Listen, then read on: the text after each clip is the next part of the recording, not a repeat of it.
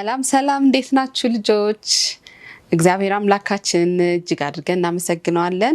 ሁላችንም ከያለንበት እንደገና ደግሞ ቀናችንን ጠብቀን በሱ ፊት እንድንገናኝ እግዚአብሔር እድል ስለሰጠን የእግዚአብሔር ስም የተመሰገነ ይሁን። በየቤታችሁ ሆናችሁ ይህን ፕሮግራም በሆፕ ቻናል የምትከታተሉ ህፃናት፣ ወላጆች፣ አሳዳጊዎች ሁላችሁም በጌታ ሰላም እንላችኋለን። ዛሬ ከኛ ጋር ባለችን ትንሽ ሰዓት ጊዜ አብረን እናሳልፋለን። የተለያዩ ፕሮግራሞች አሉ። መጀመሪያ መዝሙር እንሰማለን። ከዛ በኋላ ደግሞ የሰንበት ትምህርት ክፍለ ጊዜ ይኖረናል። እሱን ተከታትለን ደግሞ ተመልሰን እንመጣለን። ከዛ በፊት ግን ጸሎት እናደርጋለን። እግዚአብሔር አባትና አምላካችን ሆይ ስለሰጠህን ስለዚህ መልካም ጊዜ እናመሰግናለን። ጌታ ሆይ ከክፉ ሁሉ እየጠበቅከን፣ እየረዳህን፣ እየደገፍከን ቀናችንን በሰላም አሳልፈህን ዛሬ ደግሞ በእንደዚህ አይነት ሁኔታ በፊት ሆነን እግዚአብሔር ሆይ ስላንተ እንድንማር ሁላችንንም እድለኞች ስላደረግከን እናመሰግናለን። በየቤት ሆነው ይህን ፕሮግራም የሚከታተሉ ህፃናትን፣ ወላጆችን እግዚአብሔር ሁላችንም እንድትባርከን እንጠይቃለን። በምናደርገው ነገር ሁሉ አንተን ማክበር እንድንችል እርዳን። ኃጢአታችንን ሁሉ ይቅር ስላልክ እናመሰግናለን። ቀሪ ጊዜያችንን ተረከብ። በልጅ በኢየሱስ ስም አሜን።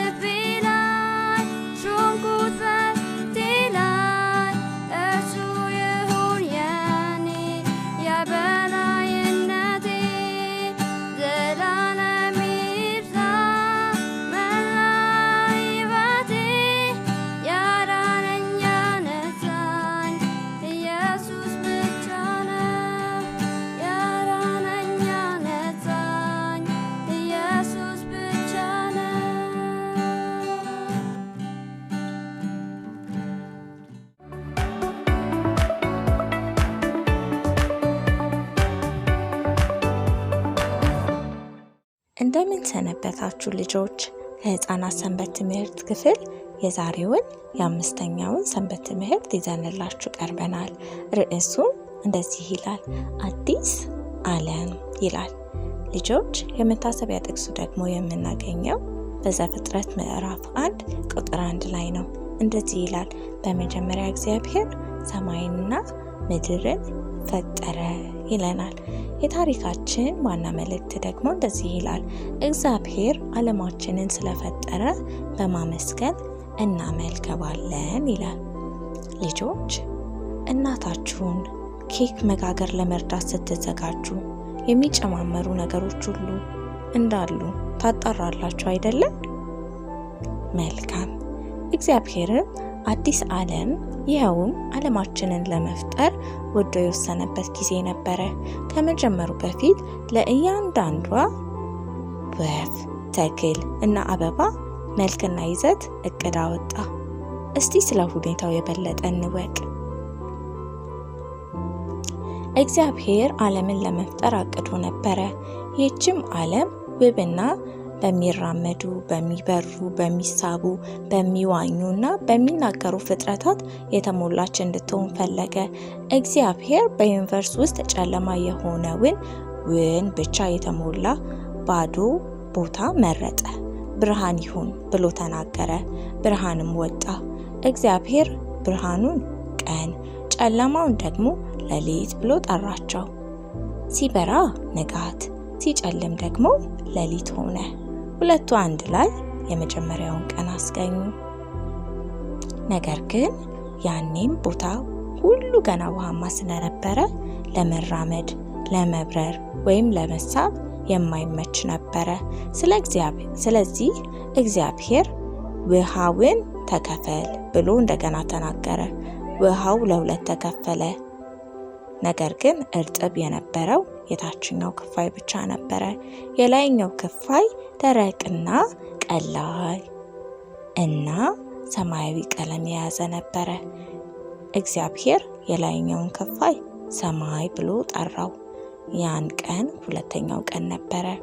ከዚያ እግዚአብሔር ፍጥረታት የሚራመዱበትና የሚሰባሰቡበት ቦታ ለመስራት ወሰነ። ውኑንም ወደ አንድ ወገን ተሰብሰብ፣ ለደረቅ መሬት ቦታ ልቀቅ አለ። እግዚአብሔር መሬቱን ምድር ብሎ ጠራው። የተቀረውን ውን ባህር ብሎ ጠራው። ምድርን ተመለከተና ምግብና መጠለያ የሚሆኑ እጽዋትና ዛፎችን አብቅይ አለ። ይህ የሆነው በሶስተኛው ቀን ነው። እግዚአብሔርም ቀጥሎ ለመስራት የተዘጋጀው ብርሃናትን ነበረ። ብርሃናት በሰማይ ላይ ተንጠልጠሉ አለ። ብርሃናትም ብቅ ብቅ አሉ። ትልቅ የነበረው ያም ፀሐይ ቀንን የሚለይ ነበረ። አነስ ያለውም ያም ጨረቃ ሌሊትን የሚለይ ነበረ። እነዚህ ብርሃናት ከከዋክብት ከሚባሉ ከአነስተኞች ብርሃናት ጋር በአንድ ላይ ወቅቶችንና ዓመታትን የሚለዩ ነበረ። እግዚአብሔር እነዚህን የቀናት መለያ በቦታቸው ካስቀመጠ በኋላ አራተኛውን ቀን ፈጸመ። በዚህ ጊዜ ዓለም እግዚአብሔር ያቀዳቸውን አንዳንድ ፍጥረታት እንዲፈጠሩባቸው ዝግጁ ሆኖ ነበረ። የውሃ ፍጥረታት ውሃ ተዘጋጅቶላችኋል፣ ወፎችም አየር ተዘጋጅቶላችኋል አለ እግዚአብሔር። ያን ጊዜ አሳዎችና ወፎች ብቅ ብቅ አሉ። በባህሩ ሙሉ፣ በአየሩ ሙሉ ብሎ እግዚአብሔር ባረካቸው። እንዲህም የሆኑት በአምስተኛው ቀን ነበረ። በሚቀጥለው ቀን እግዚአብሔር እንስሳትን ለመፍጠር ተዘጋጅቻለሁ አለ። ያንንም አደረገ። ግን ገና ስራውን አልጨረሰም ነበረ። ሰውን በመልካችን እንፍጠር አለ። ከዚያ እግዚአብሔር የተለየ ነገር አደረገ። በመሬቱ ላይ ተንበረከከ።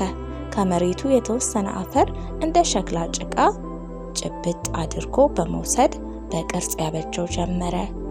2 እግሮች፣ 2 እጆች፣ አካልና ራስ ያለው ፍጡር ሰራ። ከዚያ ጎንበስ አለና በፍጡሩ ፊት ላይ ትንፋሽ ተነፈሰ። ፍጡሩም ዓይኖቹን ከፍቶ ቁጭ አለ። ወንድ ሰው ነበረ። እግዚአብሔር ሰውየውን አዳም ብሎ ጠራው። ለአዳም በቅርቡ የሰራውን ነገር ሁሉ አሳየው። ይህ የተሰራው ለአንተ ነው፣ አዳም ተንከባከበው አለው።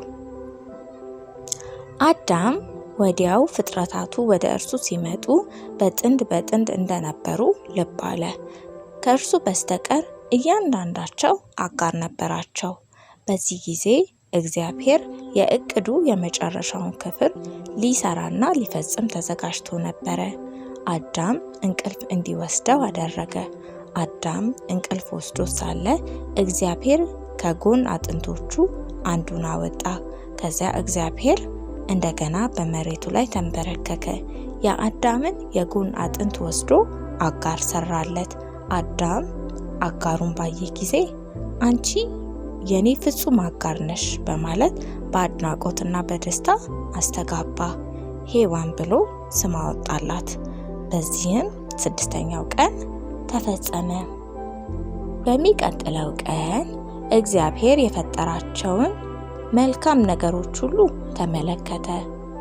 እሱ አዳም እና ሔዋን እንዲሁ ሌሎቹ ፍጥረታት በሙሉ እረፍት አደረጉ። በአዲሱ ቤታቸው ተደሰቱ።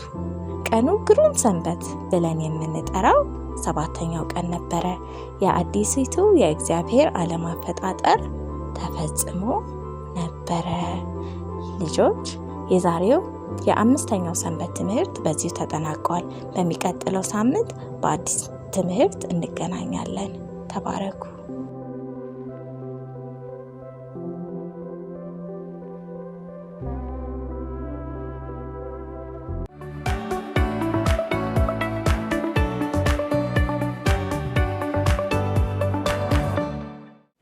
ልጆች ፕሮግራሙን እንደወደዳችሁት እንደተባረካችሁ ተስፋ እናደርጋለን። እግዚአብሔር አምላክ በብዙ መንገድ ስለሚያስተምረን እናመሰግነዋለን። ቆንጆ የሰንበት ትምህርትና የመዝሙር ጊዜ እንዳሳለፋችሁ አምናለሁ። ከዚህ በኋላ ደግሞ ሌሎች 2 ፕሮግራሞች ይቀሩናል። አንደኛው ታሪክ የምንሰማበት ነው። ከዛ በኋላ ደግሞ ምግብ ከኔ ጋር አብረን እንሰራለን። እኔ ምግቡን እያዘጋጀው ጠብቃችኋለሁ። እናንተ ደግሞ በጣም በጥንቃቄና በሙሉ ልብ ታሪኩ እንድትከታተሉ በእግዚአብሔር ፍቅር እንጠይቃችኋለን። የተለያዩ ጥያቄዎች ስለሚኖሩን ታሪኩን በደንብ እንድትከታተሉ እንጠይቃችኋለን። መልካም ጊዜ። እግዚአብሔር ይባርካችሁ።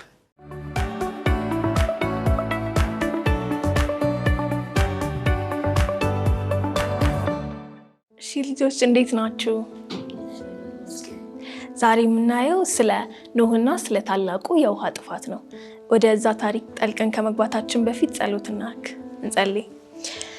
በዘላለማዊ ፍቅርህ የምትወደን የምታፈቅረን ቅዱስ ቸር መሐሪ አባታችን ሆይ ለዚህ ሰዓት ለዚህ ጊዜ ስላደረስከን እጅግ አድርገን እናመሰግናለን። እግዚአብሔር ሆይ ቃልህን ደግሞ በምንማርበት ጊዜ አንተ ማስተዋልና ጥበብ እንድትሰጠን አይምሯችን እንድትከፍትልን እንለምንሃለን። ከኛ ጋር ሁን። ሰይጣን ከሚያደርገው መጥፎ ነገር ሁሉ ጠብቀን። በኢየሱስ ስም አሜን። ስለ ኖህ ታሪክ ሰምታችሁ ታውቃላችሁ? እስቲ የሰማ ሰው? ሁላችሁም ሰምታችኋል። ኖህ በዘመኑ ከነበሩ ሰዎች ታዛዥ፣ እግዚአብሔርን የሚያከብር፣ የሚያገለግል፣ የሚያመልክ ሰው ነበር። በተቃራኒ ደግሞ በዘመኑ የነበሩ ሰዎች ምንድን ነበሩ? አመፀኛ ሰዎች ነበሩ አይደለ? እግዚአብሔርን የማይታዘዙ የማይሰሙ ሰዎች ነበሩ። እግዚአብሔርም በዚህ በማዘን ምንድን ነበር ያለው?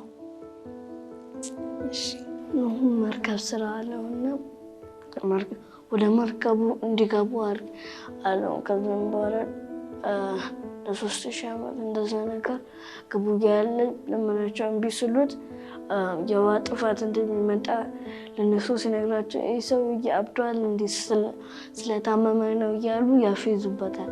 ከዛም በኋላ የሆነ ቀን ላይ እነሱ አድገባም ስላሉ ነው እግዚአብሔርን አዘዘ። ከሁሉም እንስሳቶች 2 እያደረገ አስገባ አለው። ከዛም በኋላ ኢየሱስም እንደዛ እንዳለው አደረገና አደረገ። ከዛም በኋላ እግዚአብሔር መርከቡን ዘጋው። ከዛም በኋላ ከላይ በጣም ኃይለኛ ዝናብ መጣ። ኦኬ፣ በጣም አሪፍ። እግዚአብሔር በሰዎቹ ምግባር ስላዘነ ምንድን ያለው? ምድርን አጠፋለሁ፣ አንተና ቤተሰቦችን ግን አተርፋለሁ። ስለዛ ለዛም ይሁን አንተና ቤተሰቦች በዛ በውሃ ጥፋት ጊዜ የምትቆዩበት ምን ስራ? መርከብ ስራ አለው አይደለ? ስለዚህ ኖህም በታዘዘው መሰረት ምን መስራት ጀመረ? መርከብ መስራት ጀመረ። መርከቡ ለብዙ ጊዜ የሚቆዩበት ስለሆነ በጥንቃቄ መሰራት ነበረበት። ስለዚህ ኖህም ያንን ስራ መስራት ጀመረ ማለት ነውና በሚሰራበት ወቅት እሱ እንዳለው ሰዎች ያሾፋሉ፣ ይሳደባሉ፣ ብዙ ነገሮችን ያደርጋሉ አይደለ? እግዚአብሔር ላይ ይሳለቃሉ። ነገር ግን ኖህ መስራቱን አቆሟል እንዴ? አላቆመም። መስራቱን ቀጥሏል። በመጨረሻም ያ መርከብ ተሰርቶ አለቀ አይደለ? ያ መርከብ ተሰርቶ ሲያልቅ ቤተሰቦቹ እሱ እንዲሁም አንዳንድ እንስሳት 2 7 እግዚአብሔር ባዘዘው መሰረት አስገባ አይደለ? ከዛ ዝናብ በፊት እግዚአብሔር ዘጋበት እዛ መርከብ ላይ ማለት ነው። ከዛ የጥፋት ውሃው ጀመረ ማለት ነው። ለስንት ቀን እንደሆነ የሚያውቃለ? እሺ ለ40 ቀንና ለ40 ሌሊት ነው አይደለ? ያ የዝናብ እንትን የቆየው እና በዛ በ40 ቀንና በ40 ሌሊት በጣም ከባድ ዝናብ ስለሆነ እየዘነበ ያለው ህይወት ያለው ነገር ሁሉ እየጠፋ ነበረ። ዛፎች፣ እንስሳቶች፣ ሰዎች እንዳለ ምናሉ ጠፉ ማለት ነው በውሃው ምክንያት። እና በዛ በ40 ቀንና በ40 ሌሊት ውስጥ ኖህና ቤተሰቡ በምን ውስጥ ነበሩ? በመርከብ ውስጥ ነበር የቆዩት ማለት ነው። እና ያ 40 ቀንና 40 ሌሊት ምን አለ አለቀ በመጨረሻ ማለት ነው። ግን ምን እንደሚገርም ታውቃላችሁ? ዝናቡ ካቆመ በኋላ ራሱ ትላልቅ ተራሮች የሚባሉት በውሃው ተሸፍነው ነበር። አይገርምም? ይገርማል። ስለዚህ ውሃው በጣም ከባድ ነበር ማለት ነው።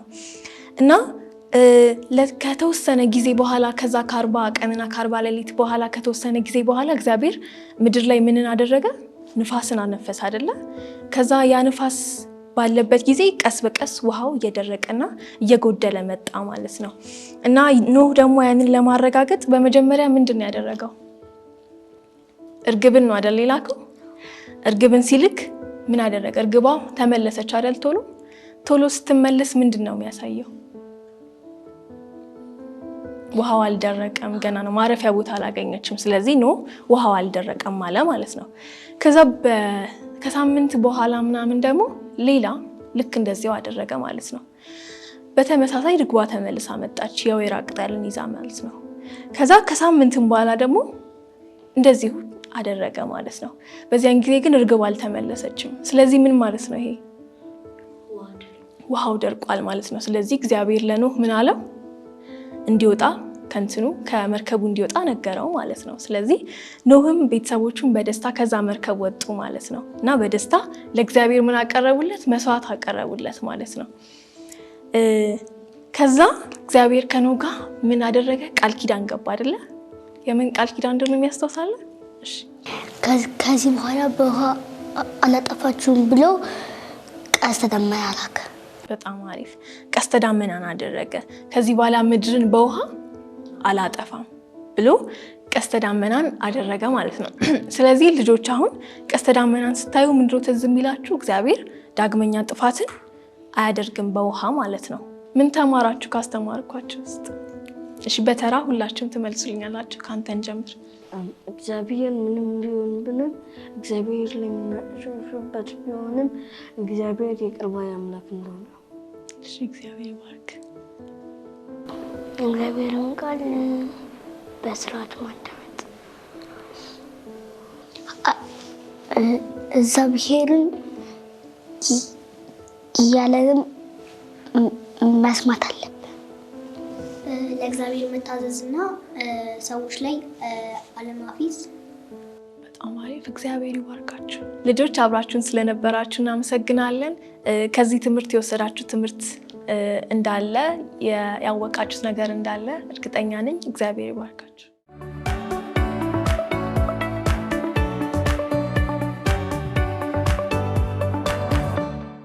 እሺ ልጆች በታሪኩ እንደተባረካችሁ እናምናለን።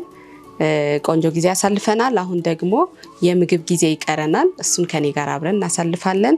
እነዚህ ቀለል ያሉ ምግቦችን እንሞክራለን። ሰርተን ሁላችሁም በየቤታችሁ እንድትሞክሩ እንጠይቃቸዋለን። ከኔ ጋር አብረን እንሰራለን።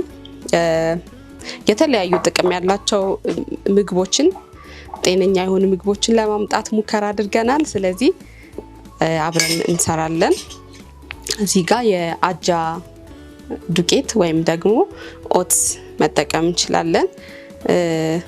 እሱን እዚህ ጋር ከተጠቀምን በኋላ ከዛ ውሃ እናረግበታለን። ቀለል ያለ ፓንኬክ እንሰራለን።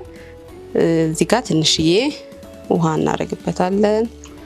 ኦትሱ ላይ ካለ የተፈጨ የአጃ ዱቄት መጠቀም እንችላለን። እንደሚታወቀው አጃ ለጤናችን እጅግ በጣም የተመረጠ ምግብ ነው። የተመጣጠነ ክብደት እንዲኖረን ያደርገናል። ወይም ደግሞ በደማችን ውስጥ ያለ ስኳር መጠን እንዲስተካከል ይጠቅመናል። የልብ በሽታ ተጋላጭነትን ይቀንስልናል። ስለዚህ ኦትስ በጣም ለጤናችን ተመራጭ ስለሆነ እሱ እንጠቀማለን። ትንሽ ውሃ ካረኩ በኋላ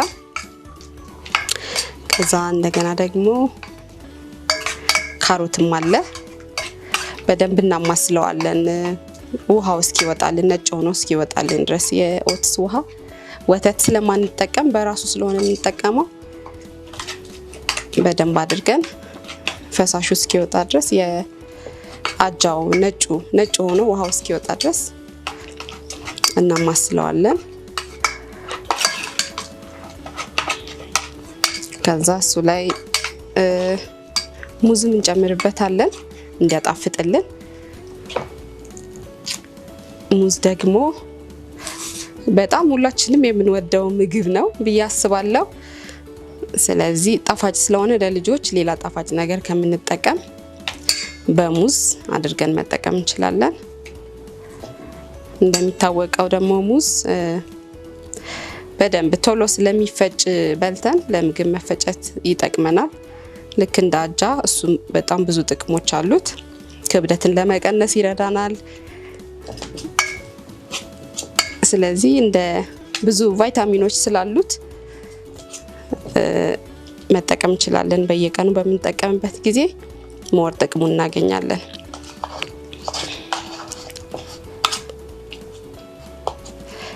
በሽታ የመከላከል አቅማችንን በደንብ እንዲኖረን ስለሚጠቅመን እንጠቀመዋለን ማለት ነው። እሺ ሙዝና አጃችን በደንብ እንደዚህ ከተቀላቀለ በኋላ ካሮት እንጨምርበታለን። ይበቃን ያክል እኛ እናንተን ለማሳየት ስለሆነ ብዙ አንጠቀምም። እናንተ ግን ለቤተሰብ የሚሆናችሁን ያክል አድርጋችሁ መጠቀም ትችላላችሁ።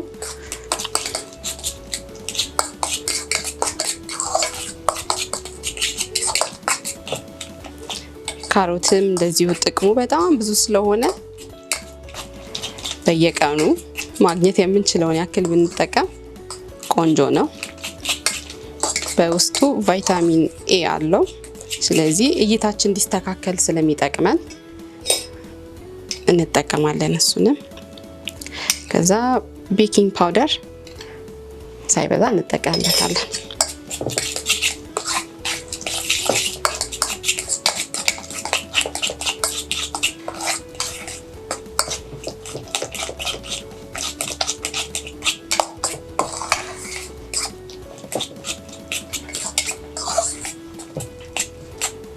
እንደዚህ አዘጋጅተን ጨርሰናል። አሁን ደግሞ እንጋግረዋለን ማለት ነው።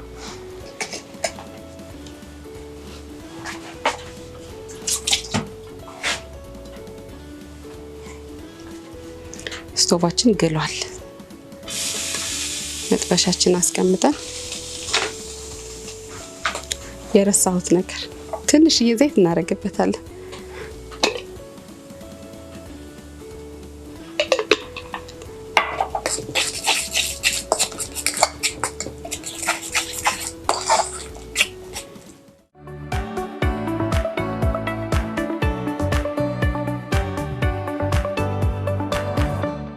እሺ መጥበሳችን ስለጋለ ሊጡ እናደርግበታለን። ሳይበዛ ትንሽ ሙዝ ስላለው ለስላሳ ስለሆነ ለማውጣት እንዳያስቸግረን ትንሽ እናደርግበታለን።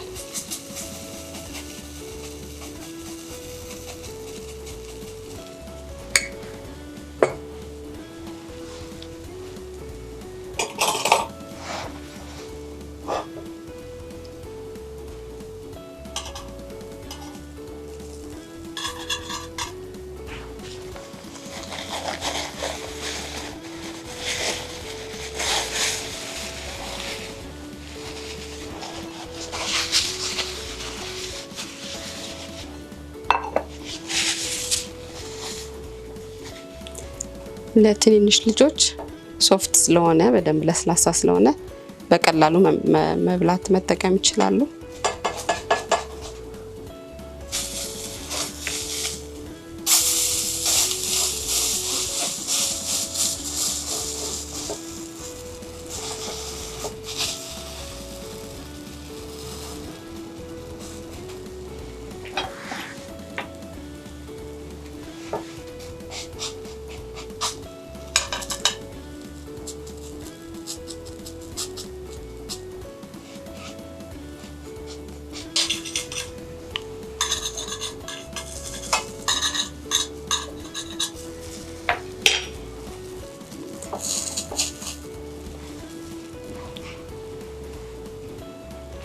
ልጆች በቤታችሁ እየሰራችሁ እንድትሞክሩ እንጋብዛችኋለን። በጣም ቀላል ነው።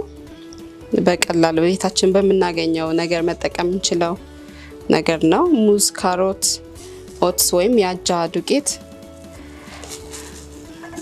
እና ቤኪንግ ፓውደር ከዚህ በቃ እነሱን አድርገን መጠቀም እንችላለን። ሁለተኛ ቂጣችን ስለደረሰ እናወጣለን።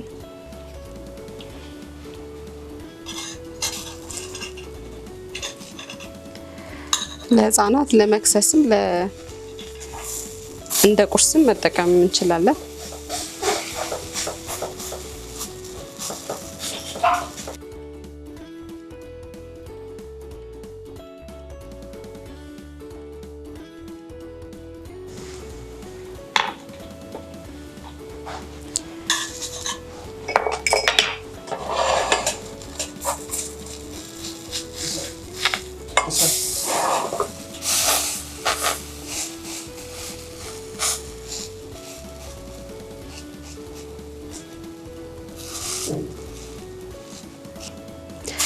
እሺ ጨርሰናል።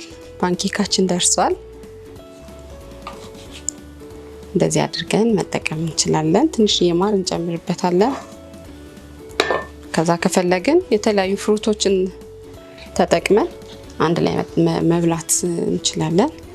እኔ ሙዝ አጠገቤ ስላለ ሙዝ አረግና አብረን እናቀርባለን።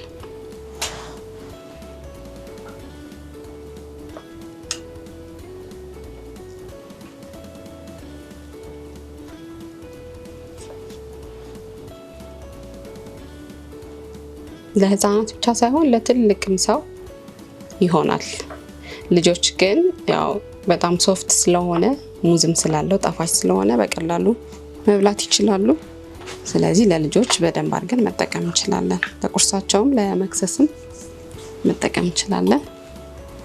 ከፈለግን ማር እናደርግበታለን። ካልፈለግን ግን ችግር የለውም፣ ሙዝ ስላለው በቂ ነው። የሚፈልግ ሰው ግን ማር አድርጎ መጠቀም ይችላል። ማር እናደርግበታለን። መጠቀም የሚፈልግ ሰው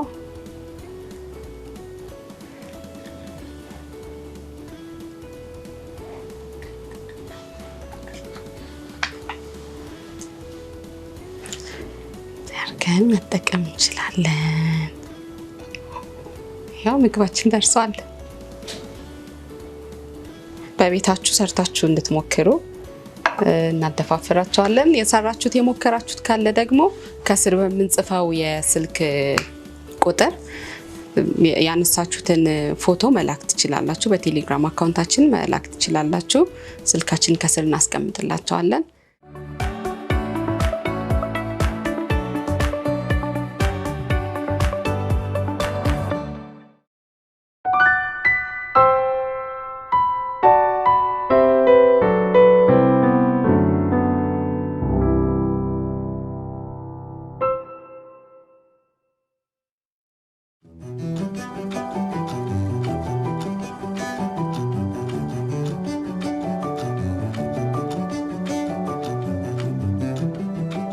ኢየሱስ 40 ቀንና ሌሊት ከጾመ በኋላ ተራበ። ፈታኝም ቀርቦ የእግዚአብሔር ልጅ ከሆንክ እነዚህን ድንጋዮች እንጀራ እንዲሆኑ በል አለው። እርሱም መልሶ እንዲህ አለው፣ ሰው ልጅ ከእግዚአብሔር አፍ በሚወጣ ቃል እንጂ በእንጀራ ብቻ አይኖርም ተብሎ ተጽፏል አለ። ከዚህ መረዳት የምንችለው በእንጀራ መኖር አንችልም ወይም እንጀራ ጠቃሚ አይደለም ሳይሆን የእግዚአብሔር ቃል ከእንጀራ በላይ ከምንም በላይ አስፈላጊ እንደሆነ መረዳት እንችላለን። ለምሳሌ ምን አይነት ምሳሌ አንድ መኪና ያለ ጎማ ከንቱ የሚሆን ኃይል እኛም ያለ እግዚአብሔር ቃል ከንቱ እንደምንሆን ማየት እንችላለን። ይህ ፕሮግራም ቃሉ በቃል የተሰኘ ነው። በቀጣይም ቃሉን በቃላቸው የያዙ ልጆች ያቀርቡልናል።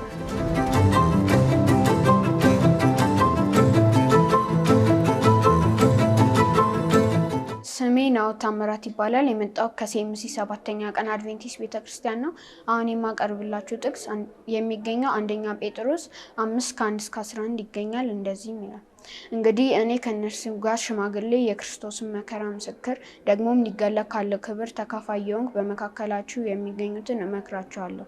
በእናንተ ዘንድ ያለውን የእግዚአብሔርን መንጋ ጠብቁ። እንደ እግዚአብሔር ፈቃድ በውድ እንጂ በግድ ሳይሆን በበጎ ፈቃድ እንጂ መጥፎ ረብ በመመኘት ሳይሆን ጎብኙት። ለመንጋው ምሳሌ ሁኑ እንጂ ማህበሮቻችሁን በኃይል አትግዙ። እነሆ የእረኞችን አለቃ በሚገለጥበት ጊዜ የማያልፈውን የክብርን አክሊል ትቀበላላችሁ። እነሆ ጎበዞች ሆይ ለሽማግሌዎች ተገዙ። ሁላችሁም እርስ በርሳችሁ እየተዋረዳችሁ ትሕትናን እንደ ልብስ ታጠቁ። እግዚአብሔር ትዕቢተኞችን ይቃወማልና ለትዕቢተኞችም ጸጋን ይሰጣል። በጊዜው ከፍ እንዲያደርጋችሁ ራሳችሁን እያሉ ከእግዚአብሔር እጅ በታች ራሳችሁን አዋርዱ። እርሱ ስለ እናንተ ያስባልና የሚያስጨንቃችሁንም ሁሉ በእርሱ ላይ ጣሩ። በመጠን ኑሩ፣ ንቁም። ባላጋራችሁ ዲያብሎስ የሚውጠውን ፈልጎ እንደሚያገሳ አንበሳ ይዞራልና።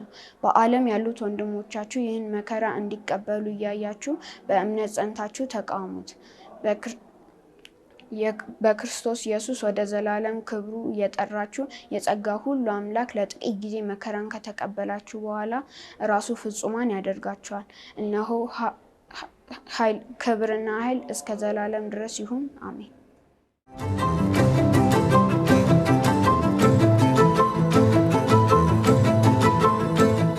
ስሜ እስራኤል አማሪ ይባላል። የመጣሁት ከፍል ውሃ 7ኛ ቀን አድቬንቲስት ቸርች ሲሆን የማቀርብላችሁ ጥቅስ የሚገኘው በመጽሐፈ መክብብ ምዕራፍ 1 ላይ ነው። እንዲህ ይላል፣ በኢየሩሳሌም የነገሰው የሰባኪው የዳዊት ልጅ ቃል፣ ሰባኪው ከንቱ ከንቱ የከንቱ ከንቱ ሁሉ ከንቱ ነው ይላል። ከፀሐይ በታች በሚደክምበት ድካም የሰው ልጅ ተርፉ ምንድን ነው? ትውልድ ይሄዳል፣ ትውልድ ይመጣል፣ ምድር ግን ለዘላለም ነው። ፀሐይ ትወጣለች፣ ፀሐይ ትገባለች፣ ወደምትወጣበትን ስፍራ ትቸኩላለች።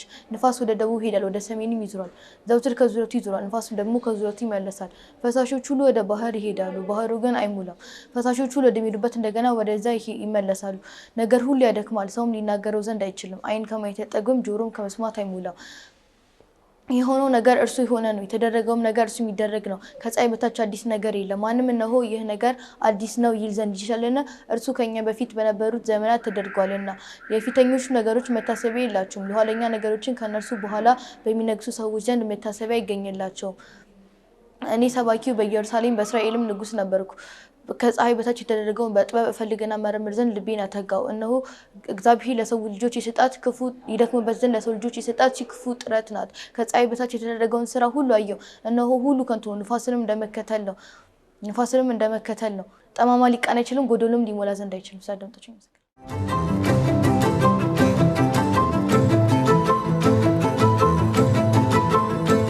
አብጊያ ገመዳ ይባላል። የመጣሁት ከሴምሲ አድቬንቲስት ቸርች ነው። አሁን ማቀርብላችሁ ምሳሌ 9። ጥበብ ቤቷን ሰራች፣ 7 ምሰሶቿን ጠርባ አቆመች፣ ፍሪዳዋን አረደች፣ የወይን ጠጇንም ጠመቀች፣ ማዕዷንም አዘጋጀች፣ ሴት አገልጋዮቿን ላከች፣ በከተማይቱ ከፍተኛ ቦታ ጠራች። ማመዛዘን ለጎደላቸው ማስተዋል ለሌላቸው ሁሉ ወደዚህ ኑ አለች። ኑ ምግቤን ተመገቡ፣ የተጠመቁትን የወይን ጠጅ ጠጡ። የሞኝነትን መንገድ ተዉ፣ በሕይወት ትኖራላችሁ። በማስተዋል መንገድ ተመላለሱ። ፌዘኛን የሚገስጽ ሁሉ ስድብን በራሱ ላይ ያመጣል፣ ክፉን ሰው የሚዘልፍ ሁሉ ውድቀት ያገኘዋል። ፌዘኛን አትስለፈው ይወድሃል፣ ፌዘኛን አትስለፈው ይጠላሃል። ጠቢብንም ገስጸው ይወድሃል። ጠቢብን አስተምረው ይበልጥ ጠቢበኛ ይሆናል። ጻድቁንም ሰው አስተምረው እውቀቱ ይጨምርለታል። የጥበብ መጀመሪያ እግዚአብሔርን መፍራት ነው፣ ቅዱስን ማወቅ ማስተዋል ነው። ዘመንህ በእኔ ምክንያት ይረዝምልሃል፣ እድሜህን በሕይወት ላይ ይጨምራል። ጠቢብ ብትሆን ጥበበኝነትህ ለራስ ነው፣ ፌዘኛ ብትሆን የምትጎዳው ያው አንተን ነው። ጥበብ ያላች ሴት ለፍላፊ ናት፣ እሷም ስድና እውቀት ያላች ናት። በቤቷ ደጃፍ ላይ ትጎለታለች፣ በከተማይቱ ከፍተኛ ቦታ ላይ ትቀመጣለች። በዚያ የሚያልፉትን መንገዳቸውን ይዘው የሚሄዱትን ሁሉ ትጣራለች። እሷም ማመዛዘን ለጎደላቸው ማስተዋል ለሌላቸው ሁሉ ወደዚህ ኑ ትላለች። የስርቆት ውሃ ይጣፍጣል፣ ተሸሽገው የሚበሉትን ምግብ ይጥማል። እነርሱ ግን ሙታን በዚያ እንዳሉ ተጋባዦቿ በሲኦል ጥልቀት ውስጥ እንደሆኑ አያውቁም።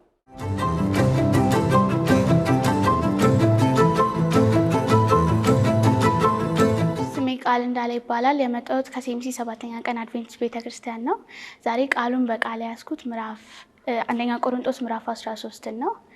እንዲህ ይላል፣ በሰዎችና በመላክ ልሳን ብናገር ፍቅር ግን ከሌለኝ እንደሚጮህ ናስ ወይም እንደሚንሻሻ ጽናጽን ነኝ።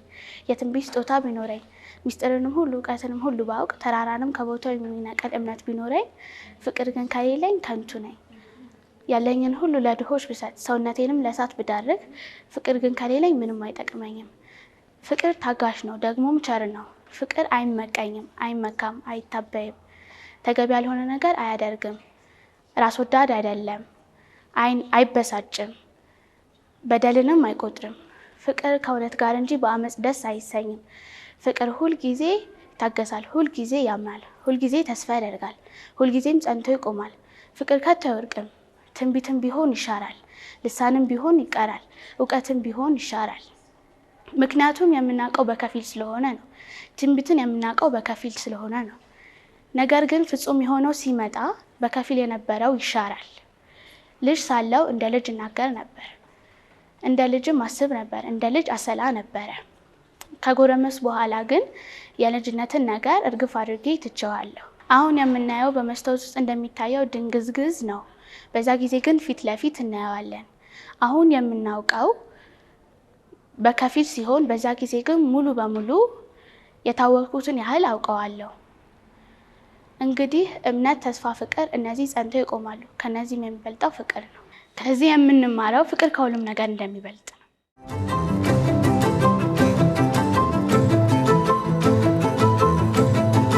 ስሜ አቤት ጸንዳሌ ይባላል። ያመጣሁት ከፍሏ 7ኛ ቀን አድቬንቲስት ቤተክርስቲያን ነው።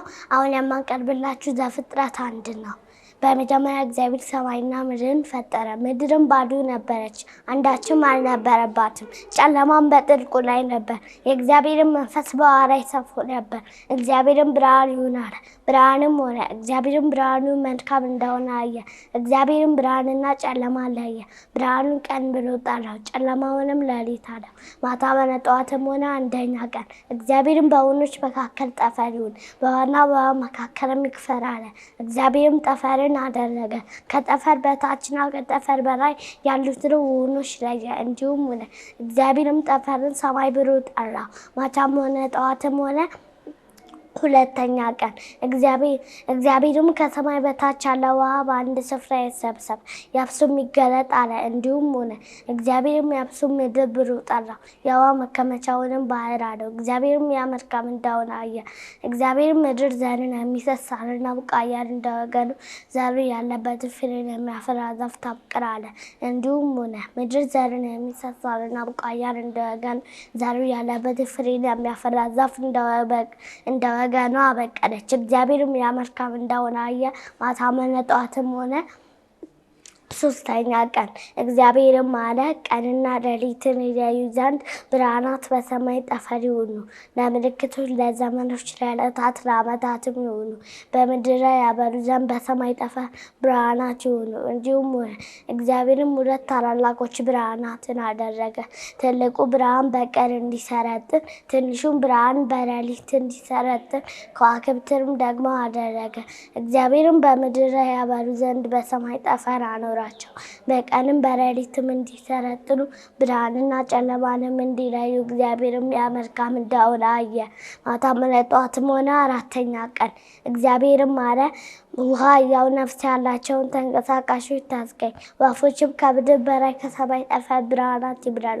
እግዚአብሔርም ታላላቆች አንበሪዎችን ውኃይቱ እንደወገኑ ያስገኘቻቸውንም ተንቀሳቃሾች ሕያዋን ፍጥረታት ሁሉ እንደወገኑ የሚበሉትንም ወፎች ሁሉ ፈጠረ። እግዚአብሔርም ያ መልካም እንደሆነ አየ። ከባሕርንም ውኃ ሙላት፣ ወፎችም በምድር ላይ ይብዙ። ማታም ሆነ ጠዋትም ሆነ 5ኛ ቀን። እግዚአብሔርም አለ፣ ምድር ሕያው ፍጥረታትን እንደወገኑ እንስሳትና ምድርን ሁሉ በምድር ላይ የሚንቀሳቀሱትንም እንደወገኑ ታውጣ። እንዲሁም ሆነ። እግዚአብሔርም የምድር አራዊትን እንደወገኑ እንስሳውንም እንደወገኑ የመሬት ተንቀሳቃሾችንም እንደወገኑ አደረገ። እግዚአብሔርም ያ መልካም እንደሆነ አየ። እግዚአብሔርም አለ፣ ሰውን በመልካችን እንደ ምሳሌያችን እንፍጠር፣ የአዕዋፍ ዓሦችንና የሰማይ ወፎችን እንስሳትንና ምድርን ሁሉ በምድር የሚንቀሳቀሱትንም ሁሉ ይግዙ። እግዚአብሔርም ሰውን በመልኩ ፈጠረው፣ በእግዚአብሔር መልክ ፈጠረው፣ ወንድና ሴት አድርጎ ፈጠራቸው። እግዚአብሔርም ባረካቸው፣ እንዲህም አላቸው፣ ብዙ ተባዙ፣ ምድርንም ሙላት፣ ግዟትም። የባሕር ዓሦችና የሰማይ ወፎችም እንስሳትና ምድርን ሁሉ በምድር የሚንቀሳቀሱትንም ሁሉ ይግዙ። እግዚአብሔርም አለ፣ እነሆ መብል ይሆንላችሁ ዘንድ በምድር ፊት ሁሉ ላይ ዘሩ ያለበትን አመርማና የዛፍን ፍሬውን የሚያፈራውንና ዘር ያለውን ዛፍ ሁሉ ሰጠኋችሁ። ለምድር አራዊት ሁሉ፣ ለሰማይ ወፎች ሁሉ፣ ሕያው ነፍስ ላላቸው ተንቀሳቃሾች ሁሉ የሚበቅለው አመርማ መብል ይሆንላችሁ። እንዲሁም ሆነ። እግዚአብሔርም ያ መልካም እንደሆነ አየ። ማታም ጠዋትም ሆነ ስድስተኛው ቀን ሰማይና ምድር ሰራዊታቸው ሁሉ ተፈጸሙ። እግዚአብሔርም በሰባተኛው ቀን ከሥራው ስራ ሁሉ በሰባተኛው ቀን አረፈ። እግዚአብሔርም ሰባተኛውን ቀን ባረከው፣ ቀደሰውም። እግዚአብሔርም ሊያደርገው የፈለገው ከፈጠረው ስራ ሁሉ በእርሱ አልፏልና። ከዚህ የምንማረው እግዚአብሔር በስድስት ቀን ሰማይና ምድርን እንደፈጠረና የፈጠረው ስራ ሁሉ እጅግ በጣም መልካም እንደሆነ ነው።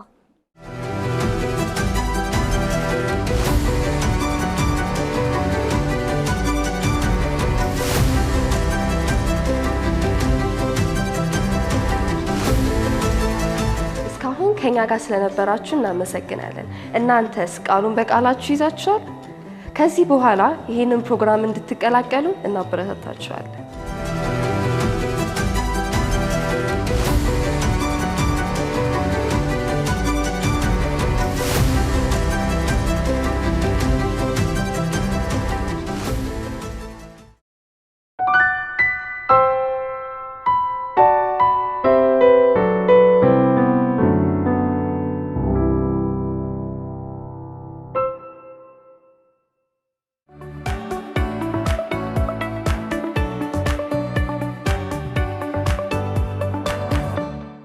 አብራችሁን ስለቆያችሁ ከኛ ጋር ስለነበራችሁ እጅግ አድርገን እናመሰግናችኋለን። ሁላችሁም ተባረኩልን። ህጻናት ወላጆች ሁላችሁም እግዚአብሔር ይባርካችሁ። በሚቀጥለው ደግሞ ሌሎች ተጨማሪ ፕሮግራሞችንም ጨምረን አብረን እንገናኛለን። መልካም ሳምንት። ሁላችንም በያለንበት በእግዚአብሔር ፊት የምንቀርብበት፣ የምንጸልይበት፣ እግዚአብሔርን የምናመሰግንበት፣ የእግዚአብሔርን ቃል የምናነብበት ጊዜ እንድታሳልፉ፣ ሰንበት ትምህርት እንድታነቡ፣ እንዲሁም ደግሞ በየቤተ ክርስቲያናችን የህፃናት አስተማሪዎች የሚሰጧችሁ የቤት ስራ ካለ በየቀኑ እንድትሰሩ፣ እንዲሁም ትምህርታችሁንም እንድታጠኑ በዚህ አጋጣሚ ልናደፋፍራችሁ እንፈልጋለን። የእግዚአብሔር ጸጋ ከሁላችን ጋር ይሁን። እግዚአብሔር ይባርካችሁ። መልካም ሳምንት።